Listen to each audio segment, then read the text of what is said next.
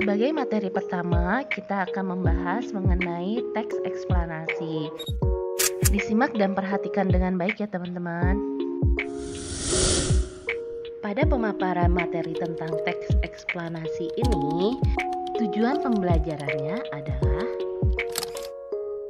siswa diharapkan mampu menyebutkan dan mempresentasikan informasi penting dari teks eksplanasi yang dibaca dengan baik dan benar. Apa sih yang dimaksud dengan teks eksplanasi itu? Teks eksplanasi adalah teks yang dibuat untuk menjelaskan proses terjadinya suatu fenomena atau peristiwa, baik fenomena alam maupun sosial secara ilmiah. Ia berfungsi untuk memberikan penjelasan kepada pembaca tentang proses terjadinya sesuatu yang disusun menurut prinsip sebab akibat. Fenomena alam adalah peristiwa yang tidak diciptakan oleh manusia. Ia terjadi secara alamiah. Contohnya adalah letusan gunung berapi, kondisi cuaca, atau proses pembusukan. Sedangkan fenomena sosial adalah peristiwa yang terjadi dan dapat diamati di dalam kehidupan sosial kita. Sekarang kita akan mempelajari ciri-ciri teks eksplanasi yuk. Ciri pertama yang kita bahas adalah strukturnya.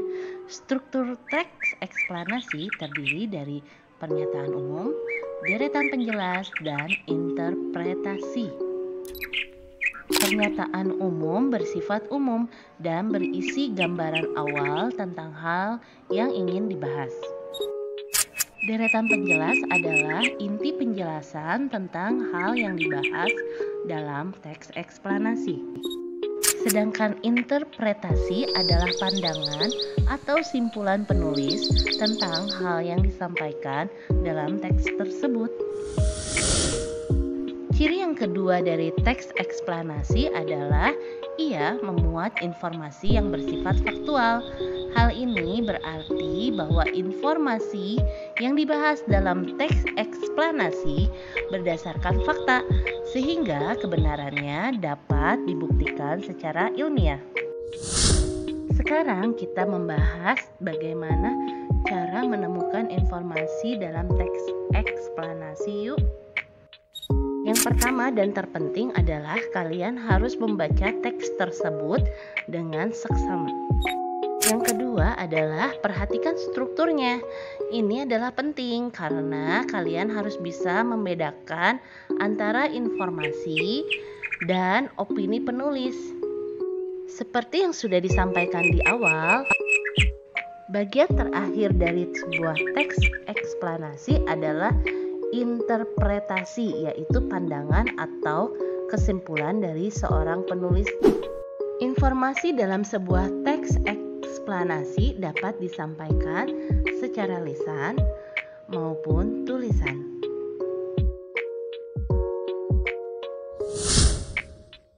Perhatikan hal berikut ini ketika menyampaikan informasi dalam sebuah teks ya.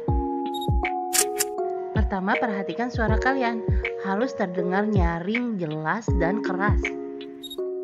Lalu gunakan intonasi dan ekspresi yang sesuai. Yang ketiga, ucapkan setiap kata dengan artikulasi yang tepat agar mudah dipahami. Dan terakhir adalah pandangan kalian. Usahakan saat menyampaikan informasi, pandangan mata kalian tertuju ke arah pendengar atau audiens. Dalam sebuah teks eksplanasi, kita dapat melihat keefektifan kalimat. Dengan kata lain, teks eksplanasi itu terdiri dari kalimat-kalimat yang efektif. Yuk kita pahami lagi apakah kalimat efektif itu. Kita sudah biasa dalam membuat sebuah kalimat. Namun, apakah kalimat yang kita buat itu merupakan kalimat efektif? Lalu, apa itu kalimat efektif? Kalimat efektif yaitu kalimat yang disusun dengan memperhatikan pedoman umum ejaan bahasa Indonesia atau PUEB. Kalimat efektif harus sesuai dengan tata bahasa, baik dari segi ejaan dan tanda bacanya.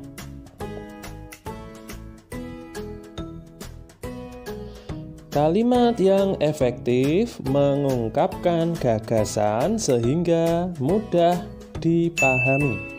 Lalu, apa ciri-ciri kalimat efektif?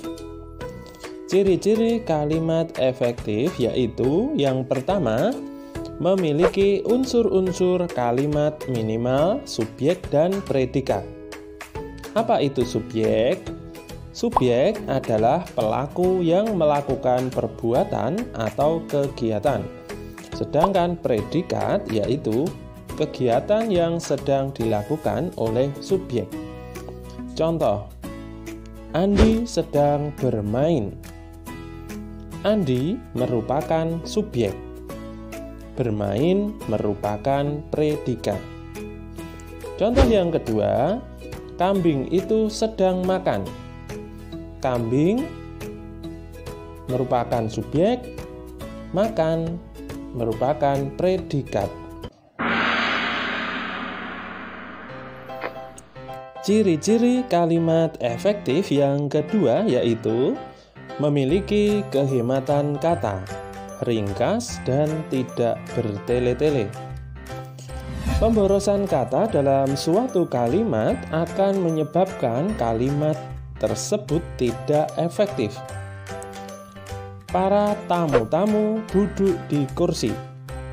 Perhatikan kata para. Apa makna kata para? Perhatikan kata tamu-tamu. Apa makna dari kata tamu-tamu? Kata para menunjukkan banyak, dan tamu-tamu juga menunjukkan tamu yang banyak. Kita dapat menghilangkan salah satu kata tersebut, sehingga kalimat efektifnya yaitu tamu-tamu duduk di kursi, atau bisa juga para tamu duduk di kursi.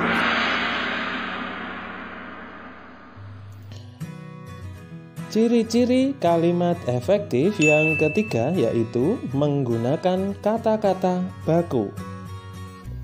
Kalimat efektif tersusun secara sistematis dan mudah dipahami. Kalimat efektif ditulis menggunakan kata-kata baku. Apa itu kata-kata baku? Kata-kata baku adalah kata-kata yang sesuai dengan pedoman umum ejaan bahasa Indonesia atau PUEB. Contoh kata-kata baku adalah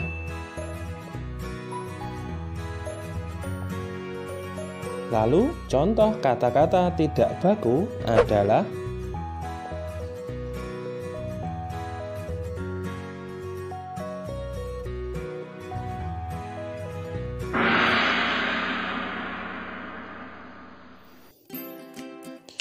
perhatikan kalimat berikut.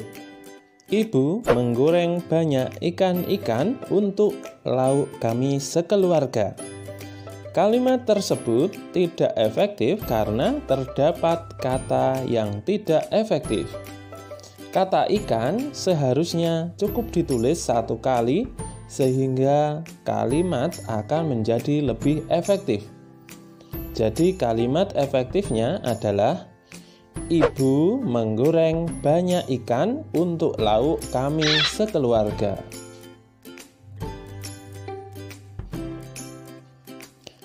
Budi yang berasal dari Jakarta diubah menjadi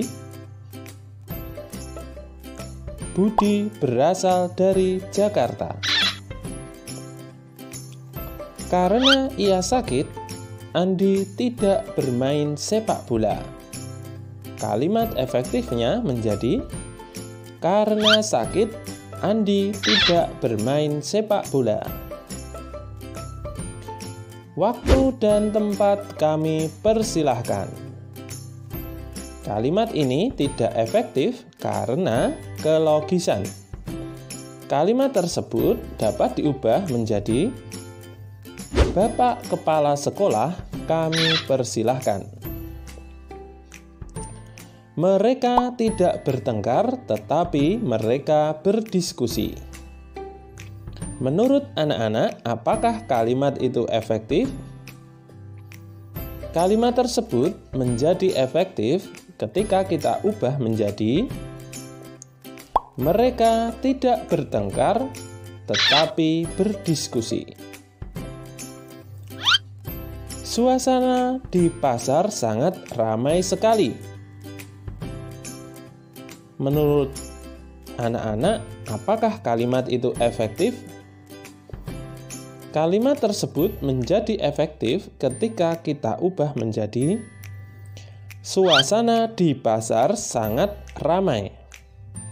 Atau bisa juga, "Suasana di pasar ramai sekali."